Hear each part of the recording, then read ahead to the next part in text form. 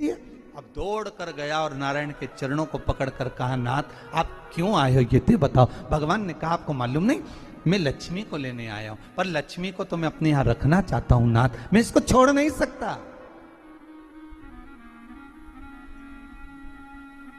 मैं लक्ष्मी जी को छोड़ नहीं सकता, मैं इनको लेकर जाऊं। किसान रोने लगा।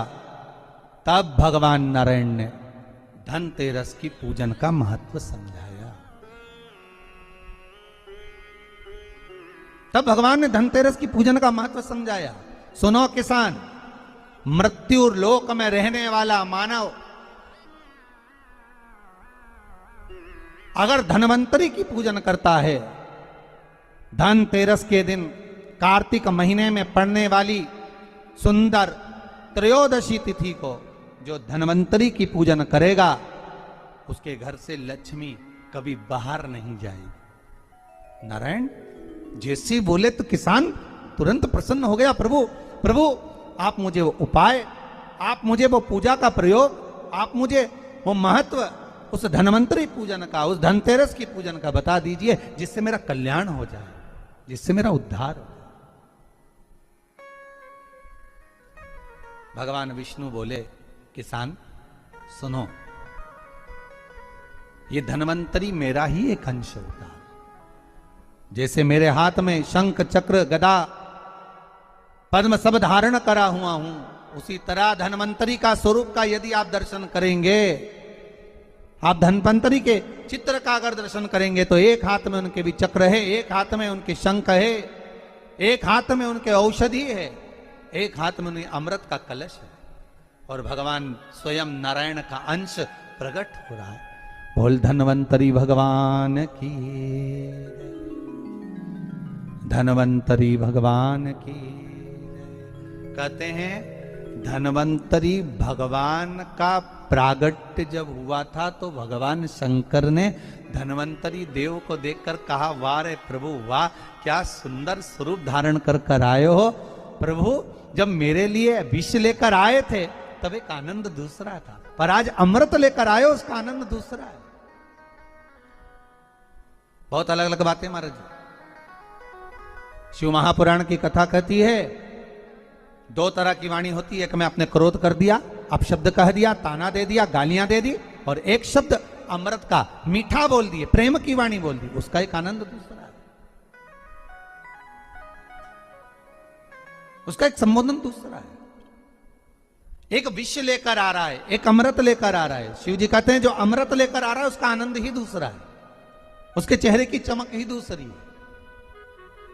भगवान विष्णु कहते हैं, सुनो किसान, मैं आपको धनवंतरी पूजन का विधान बताता हूं। भगवान कहते हैं, किसान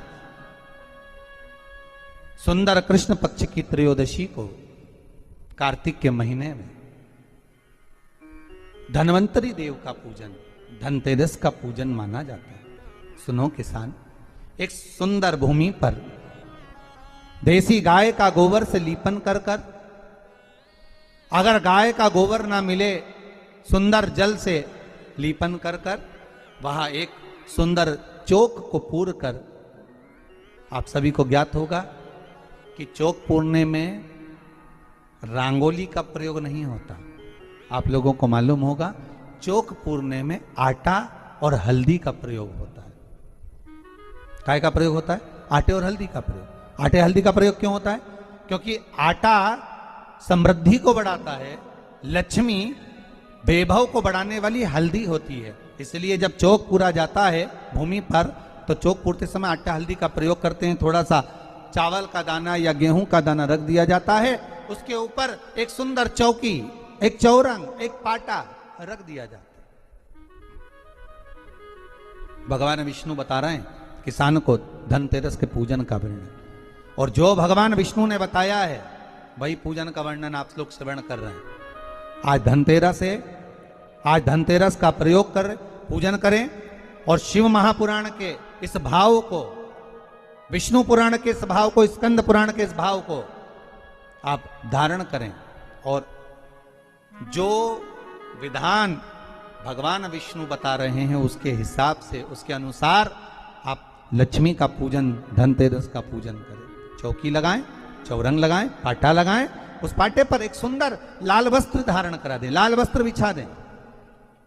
एक थाली लें, उस थाली पर कंकु से, रौली से, कुंकू से गिला कर स्वस्तिक का निर्माण कर दें। स्वस्तिक का निर्माण कर घर में अगर चांदी का सिक्का हो, अगर चांदी का सिक्का नहीं हो, चांदी का कॉइन नहीं हो, तो अपने घर का 1 का सिक्का, 2 का सिक्का, 5 का सिक्का, 10 का सिक्का, जो भी आपके घर में हो वो कॉइन ले लें महाराज, उसको थाली के अंदर रख दें स्वस्तिक के ऊपर।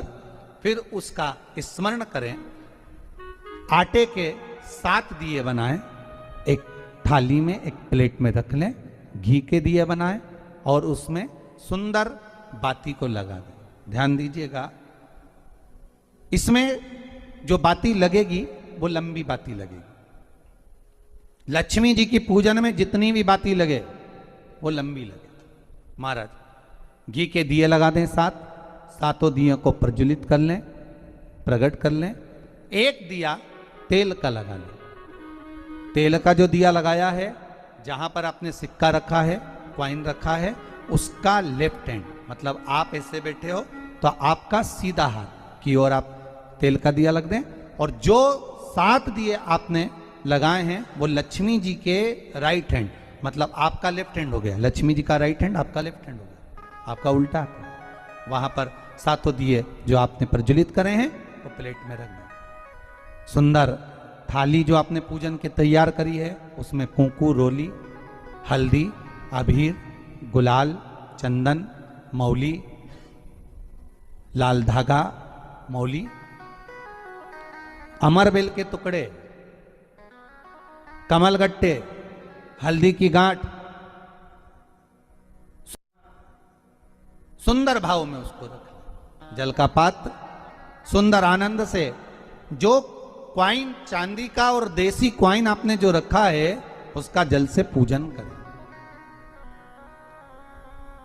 लक्ष्मी पूजन का समय अलग अलग होता है, पर धनतेरस की पूजन का जो समय है वो प्रदोष काल से प्रारंभ हो जाता है। कब से प्रारंभ हो जाता है? प्रदोष, क्योंकि शिव के द्वारा निर्मित है लक्ष्मी पूजन का भाव। महाराज क्वाइन का पूजन करें, कंकु आदि से पूजन करने के बाद दोनों को उठा लें। दोनों क्वाइन, जो चांदी का सिक्का है और जो देसी क्वाइन है, उसको उठाकर उस पर जो कलेवा है, मौली है, नाड़ा है, लच्छा है, उसको लपेटना प्रारंभ कर दें और उसको लपेटें। पहले चांदी का सिक्का लपेट दे, फिर देसी सिक्का जो आपने रखा है 1, 2, 5, 10 का जो सिक्का रखा है उसको लपेट, थाली में उसको रख लें। फिर वापस उस पर जल का छींटा देकर उसका पूजन करें। महाराज हल्दी, रौली, मौली, चंदन आदि लगाकर सुंदर भाव से चावल को हल्दी में भिगो लें और पीले चावल कर उल्टे हाथ में चावल लेकर माता लक्ष्मी के ऊपर जो 2 सिक्के रखे हैं उनका पूजन करें। साथ में जब चावल छोड़ते जाएं तो गणेश जी का भी स्मरण करते जाएं। हे रिद्धि सिद्धि के दाता श्री गणेश जी महाराज, आप हमारे यहाँ पर सदा माता लक्ष्मी को लेकर, कुबेर भंडारी को लेकर सदा विराजमान रहें, नारायण को लेकर सदा विराजमान रहें। चावल छोड़ते जाएं और बाबा से विनती करते जाएं, माता लक्ष्मी से निवेदन करते जाएं। भगवान शिव का स्मरण करें, भगवान नारायण का स्मरण करें, माता लक्ष्मी का स्मरण करें, रिद्धि सिद्धि के दाता भगवान श्री गणेश जी महाराज का स्मरण करें, छोड़ते जाएं। जब चावल पूर्ण छोड़ देवें, पूजन पूरी तरह से हो जाए, तब महाराज 7 सुंदर आनंद से अमरबेल के टुकड़े, अमरबेल वृक्ष पर एक पीले कलर की बेल चलती है, पीली, उसमें पत्ते नहीं होते, वो किसी भी वृक्ष पर डली रहती, वो अमरबेल कहलाती। ये अमरबेल लक्ष्मी पूजन में, समृद्धि के लिए, मकान के मुहूर्त के समय पर, गृह प्रवेश के समय पर बहुत कार्य आते हैं। महाराज ये अमरबेल को पानी की जरूरत भी नहीं पड़ती, आप रूप किसी वृक्ष पर डाल दी जाए वो अपने आप फलती चली जाती है। उसी तरह हमारे यहां भी हम भगवान से यही प्रार्थना करते हैं, जैसे अमरबेल बिना पानी पड़े भी किसी भी वृक्ष पर डाल दी जाए पनपती जाती है, बढ़ती चली जाती है, ऐसे हमारे घर में बेभव लक्ष्मी बढ़ती जाए। अमरबेल के 7 टुकड़े कमल गट्टे 7, हल्दी की गठान 7 माता लक्ष्मी को समर्पित कर दें। दोनों हाथों में हल्दी पिसी हुई लीजिए और माता लक्ष्मी के ऊपर उसे चढ़ाना प्रारंभ कर दीजिए। 7 बार पिसी हुई हल्दी वो सिक्कों पर चढ़ा दें, अपनी मनोकामना कर कर अपने घर में माता लक्ष्मी को विराजमान करने के। जब हल्दी पूर्ण चढ़ जाए, हाथ में कुंकू ले लीजिए, रोली ले लीजिए, उस रोली कुंकू को भी माता लक्ष्मी को समर्पित करिए। तब इसके पश्चात सुंदर जो भी घर में मिष्ठान हो, मीठा हो, नहीं हो शक्कर हो, गुड़ हो, मिश्री हो, जो भी आपके पास में हो, खड़ी शक्कर हो, वो भगवान को माता लक्ष्मी को भोग रख दीजिए। अगर कुछ मीठा बना हो तो मीठा रख दीजिए। महाराज घर में संपूर्ण पूजन कर कर आपके घर में जो देवालय में भगवान बैठे हैं उनका भी पूजन करिए। पूजन करने के पश्चात आप माता लक्ष्मी से निवेदन करिए, हे माँ आप हमारे यहाँ सदा विराजमान हो। महाराज ये जो पूजन है भगवान विष्णु जो बता रहे हैं किसान को, ये 5 दिन की पूजन है पूरी। आज कौन से दिन का पूजन बता रहे हैं? पहले दिन का। आज धनतेरस से रूप चौदस, अमावस्या, एकम और दूज, ये 5 दिन तक दीपावली का पर्व मनाया जाता है, दीप महोत्सव मनाया जाता है। पूजन करने के बाद जो 7 दिए आपने प्लेट में रखे हैं, थाली में रखे हैं पूजन के लिए, घी के उन 7 दियों से माता लक्ष्मी की आरती उतारिए।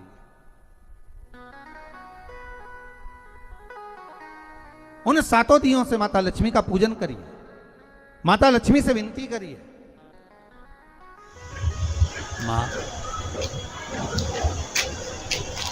हम आपके पुत्र हैं, मां आप हमारे घर का रास्ता भूल गई हो, मां बहुत कष्ट है, बहुत दुखी है मां। पर भगवान शिव पर विश्वास कर कर, कुबेर भंडारी पर, कुबेरेश्वर महादेव पर विश्वास कर कर, भगवान नारायण के सुंदर प्रसंगों पर विश्वास कर कर, मां भगवान शंकर का अनुमोदन कर कर, हे मां आप हमारे घर में विराजमान हो, मां आप हमारे मार्ग को, हमारे घर को, हमारे घर के रास्ते को, हमारे घर के द्वार को आप भूल गई हो मां। हे बेबहू लक्ष्मी, हे धन लक्ष्मी, हे संतान लक्ष्मी, हे मां लक्ष्मी, हे धान्य लक्ष्मी, आप हमारे घर में विराजमान हो। 7 दीप जो प्रज्वलित करे हैं उससे माता की आरती उतारिए। फिर माता को झोली पसार कर प्रणाम कर कर भूमि पर नमन करो। जब झोली पसार कर प्रणाम करें, झोली को अपनी ओर गिरा लें और माता को नमन कर कर जो 7 दिए आपने लगाए हैं, उन 7 दिए को अलग अलग स्थान पर ले जाकर, जैसे घर के हॉल में, एक रसोई घर में, एक जहां पर आप लक्ष्मी रखते हो उस स्थान पर, एक घर के द्वार के पास में, एक तुलसी के क्यारे के पास में, ऐसे अलग अलग 7 स्थान पर उन दीप को रख दिया जाए। महाराज एक भगवान का जहां पूजन हुआ है, लक्ष्मी की जहां आराधना करी, एक दीप वहां पर भी रखा जाए। जो तेल का दिया लग रहा है उसके पास में, फिर कहेंगे तेल का दिया माता लक्ष्मी के उल्टे हाथ पर और घी का दिया माता लक्ष्मी के सीधे हाथ पर। मतलब जो सिक्के आपने रखे हैं उस सिक्के का उल्टा हाथ तेल का, मतलब आपका सीधा हाथ होगा जहां तेल का दिया रखाएगा, और जहां आपका उल्टा हाथ होगा जहां पर घी का दिया लगा, वहां माता जी का सीधा हो गया, आपका उल्टा हो। माता का स्मरण, माता लक्ष्मी से निवेदन करिए, हे मां कृपा सागर, करुणा सागर, मां आप भगवान विष्णु के साथ विराजमान हुए, आप भगवान नारायण के साथ में हमारे यहां सदा विराजमान हो, मां ऐसी कृपा कर दीजिए। महाराज मां से विनती कर कर बड़ा उत्साह, बड़ा उमंग, बड़ा आनंद रखना, ये भाव रखना घर में। भगवान विष्णु कहते हैं किसान से, हे किसान आपने अगर धनवंतरी की पूजन करी है, धनतेरस की पूजन करी है, कोई वस्तु, कोई सामग्री अगर आप लेकर आए हो, कोई पात्र लेकर आए हो, कोई तांबे का पात्र लाए हो, जो भी वस्तु आप नहीं लेकर आए हो उसका भी पूजन उसी दिन कर लेना चाहिए।